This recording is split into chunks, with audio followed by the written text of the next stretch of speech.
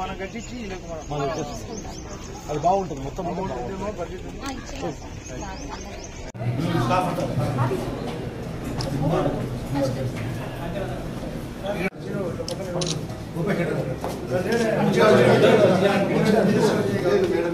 చేపలు తీస్తామండి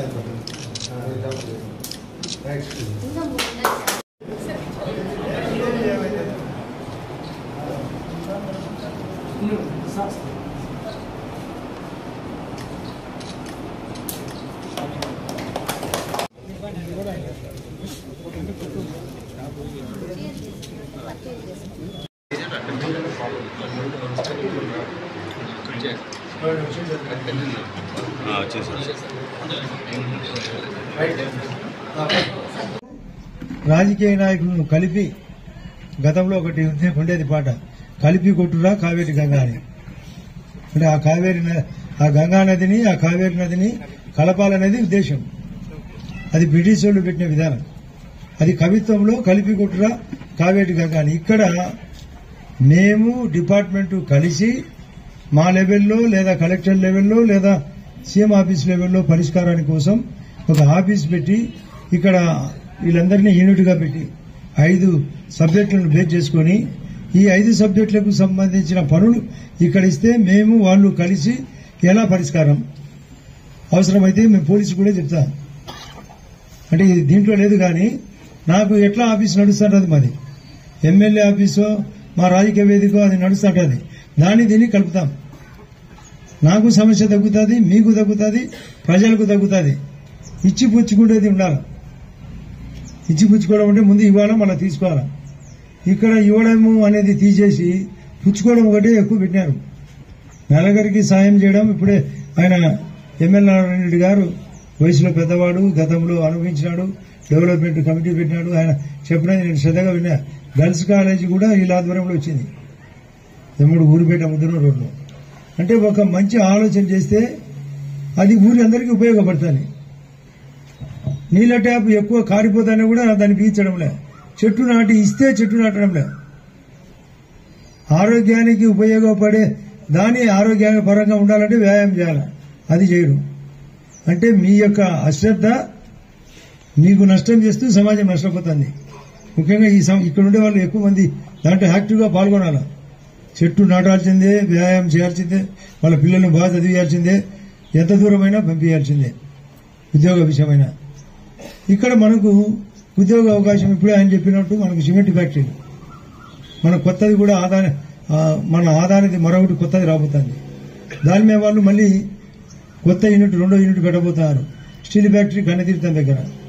అదే కాకుండా ICL 1, 2 పాతవి తీసేసి కొత్తగా అల్ట్రాటెక్ అంటే బిర్లా కంపెనీ వాళ్ళు కొని మోడరైజేషన్ అంటే ఆధునీకరణ చేస్తారు. అంటే పెద్దది చేస్తారు, కృత్రిమంగా ఉంటుంది. అది కాకుండా మనకు 2 రిజర్వాయర్లు కాకుండా మనకు పైడిపాలెం కూడా సగం హక్కు ఉంది, అది నిండింది. మన నదులు పరిగెత్తనాయి, మనకు చెరువులన్నీ నిండినాయి, వర్షాలు ఎక్కువ పడినాయి. చేనేత రంగానికి కూడా మేము టెక్స్టైల్ పార్కు ఓపెన్ చేసి ల్యాండ్ అలొకేషన్ కూడా ఇచ్చినాం. దానికి కరెంటు కూడా ఉత్పత్తిలో బాగా విండ్ ఉంది, సోలార్ ఉంది, మరియు థర్మల్ ఉంది, RTPP.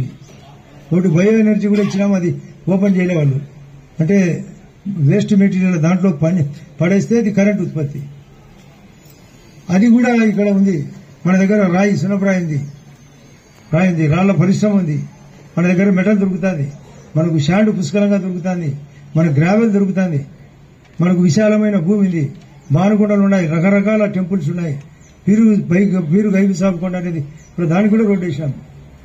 గండికోట టూరిజం ఉంది, దానికి మళ్ళీ రోప్వే స్టార్ట్ చేసినాం. అటు ఇటు మనకి 80 కోట్ల రూపాయలు శాసకీయ ఫండ్స్ అని కేంద్ర ప్రభుత్వం 50 సంవత్సరాల పాటు ఒక రాష్ట్రానికి ఇచ్చే అప్పును శాసకీయ ఫండ్స్ అంటారు. Special assistance for the states capital investment అని. ఆ పదం కూడా చాలా మంది రాజకీయ నాయకులకు తెలియదు. మొదటి 50 ఏళ్లు రూపాయి కట్టాల్సిన పనిలే, ఆ 50 ఏళ్లు వడ్డీ కూడా.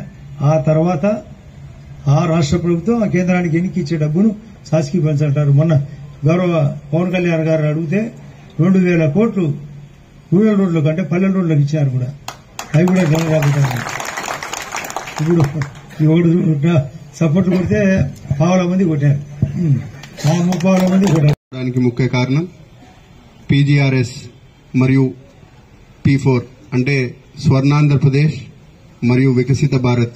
ఈ రెండు మనం సాధించాలంటే ప్రజలు లేదా పబ్లిక్ సంబంధించిన ఆర్డీఓ ఆఫీస్ గారిని లేకపోతే ఎమ్మెల్యే గారు వీళ్ళందరూ కలిసి ఏ విధంగా ప్రజల సమస్యలను మన కాన్స్టిట్యుయెన్సీ అభివృద్ధిని ముందుకు తీసుకొని పోవాలంటే త్వరితగా పరిష్కార మార్గాలు తెలుసుకొని ఈ కార్యక్రమం ముఖ్య ఉద్దేశం ఏదైనా ప్రజలు సమస్యలు తీసుకొని వస్తే వాళ్ళ సమస్యల్ని పూర్తిగా ఇక్కడి నుంచి పీజీఆర్ఎస్ లెవెల్లో తీసుకొని ముందుకు పోవాలా. ఇక్కడ మాట్లాడుతూ ఆర్డీఓ గారి లెవెల్లో కానీ ఎంఆర్ఓ గారి లెవెల్లో ఏదైతే పనులు మనకు ఇబ్బందులు ఉంటాయో ఫస్ట్ వాళ్ళకి అప్లికేషన్ పెట్టి జరగని పక్షంలో ఎమ్మెల్యే గారి దృష్టికి తీసుకొని వస్తే ఈ పీజీఆర్ఎస్ కార్యక్రమం తీసుకొని వస్తే దాన్ని ఎమ్మెల్యే గారు మాట్లాడి త్వరగా ఈ సమస్యకు పరిష్కారం తీసుకొని వస్తారని కూడా చెప్పారు. ఎందుకంటే టైం మనము ముందే ప్రతి విషయం ఎమ్మెల్యే గారికి లేదంటే మా దగ్గరికి తీసుకొని వస్తే మేము మళ్ళా వాళ్ళ దగ్గర దృష్టికే తీసుకొని పోవాలా.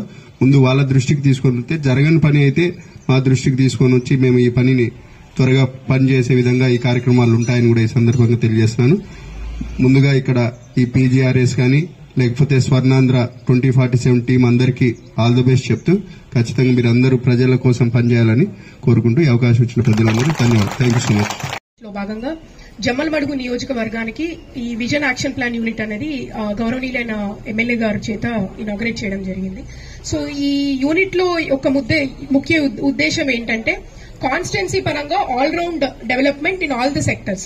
సో మనకి ఆల్రెడీ P4 లో భాగంగా మార్గదర్శులు, బంగారు కుటుంబాలు ఇవన్నీ ఎలా అయితే ఐడెంటిఫై చేశారో సో వీళ్ళందరినీ కూడా డిఫరెంట్ సెక్టర్స్ లో వాళ్ళకి స్కిల్ డెవలప్మెంట్ కానీ లేకపోతే ఉద్యోగ కల్పన కానీ లేదంటే అగ్రికల్చర్ డిపార్ట్మెంట్ లో ఫార్మర్స్ కి ఇంకా మంచి సలహాలు అంటే వాళ్ళ ప్రొడక్టివిటీని అగ్రికల్చర్ విధంగా వాళ్ళకు ఎదురయ్యే సమస్యల్ని వాటిని ఇంకా పరిష్కరిస్తూ కొన్ని ఇన్నోవేటివ్ వేస్ ని తీసుకురావడంలో భాగంగా ఈ విజన్ యాక్షన్ ప్లాన్ యూనిట్ అనేది ప్రతి సెక్టర్ కి ఒక్కొక్క ఆఫీసర్ ఉంటారు. సో వాళ్ళందరూ కూడా ఈ విజన్ యాక్షన్ ప్లాన్ యూనిట్ లో మన జమ్మలమడుగు నియోజకవర్గానికి సంబంధించి ప్రతి సెక్టర్ కి కూడా ప్లాన్ అన్నది ప్రిపేర్ చేస్తారు. ఈ నెక్స్ట్ ఫ్యూ ఇయర్స్ కూడా 2047 వరకు మనం ఆ ప్లాన్ ని ఇంప్లిమెంటేషన్ చేసే నేపథ్యంలో ఈ యూనిట్ అన్నది వర్క్ చేస్తుంది. సో దీంట్లో one of the major thing ఏంటంటే ప్రజా దర్బార్. సో దీంట్లో పీజీఆర్ఎస్ అంటే పబ్లిక్ గ్రీవెన్స్ రిడ్రెసల్ సిస్టమ్ అన్నది ఆల్రెడీ ప్రతి మండలంలోనూ ప్రతి ఆర్డీఓ ఆఫీస్ లోనూ అలాగే ప్రతి కలెక్టరేట్ ఆఫీస్ లోనూ state wide every Monday PGRS అన్నది జరుగుతుంది. సో ఆ రోజు ఎవరైతే గ్రీవెన్సెస్ ఉంటారో వాళ్ళందరూ కూడా మండల్లోని ఎంఆర్ఓ కార్యాలయాలకి వెళ్ళొచ్చు, అలాగే ఆర్డీఓ కార్యాలయాలకు వెళ్ళొచ్చు. అలాగే మన ఎమ్మెల్యే గారు కూడా ఇప్పుడు ప్రజా దర్బార్ కండక్ట్ చేసినప్పుడు ఎవరికైతే గ్రీవెన్సెస్ ఉంటాయో ఆ గ్రీవెన్సెస్ మీ దగ్గర ఉన్నవన్నీ కూడా మీరు సార్ కి అందజేస్తే ఆ గ్రీవెన్స్ ని మనం రిడ్రెస్ చేయగలమా లేదా అన్నదానికి ఒక ఎండార్స్మెంట్ అనేది ఇవ్వడం జరుగుతుంది. సో ఇప్పటికే మీలో చాలా మంది ఎంఆర్ఓ ఆఫీసులకి ఏదన్నా ల్యాండ్ రిలేటెడ్ ఇష్యూస్ గురించి వెళ్ళుంటారు. సో ఆ ఇష్యూస్ లో ఒకవేళ సివిల్ డిస్ప్యూట్స్ కానీ లేకపోతే ఏదన్నా మనం చేయలేనివి ఉంటే కూడా మీకు క్లియర్ గా ఒక SLA పీరియడ్ నిర్దిష్ట సమయం అనేది ఉంటుంది ఒక గ్రీవెన్స్ ని రిజాల్వ్ చేయడానికి. ఆ నిర్దిష్ట సమయం ఉన్నప్పుడు మన ఎంఆర్ఓస్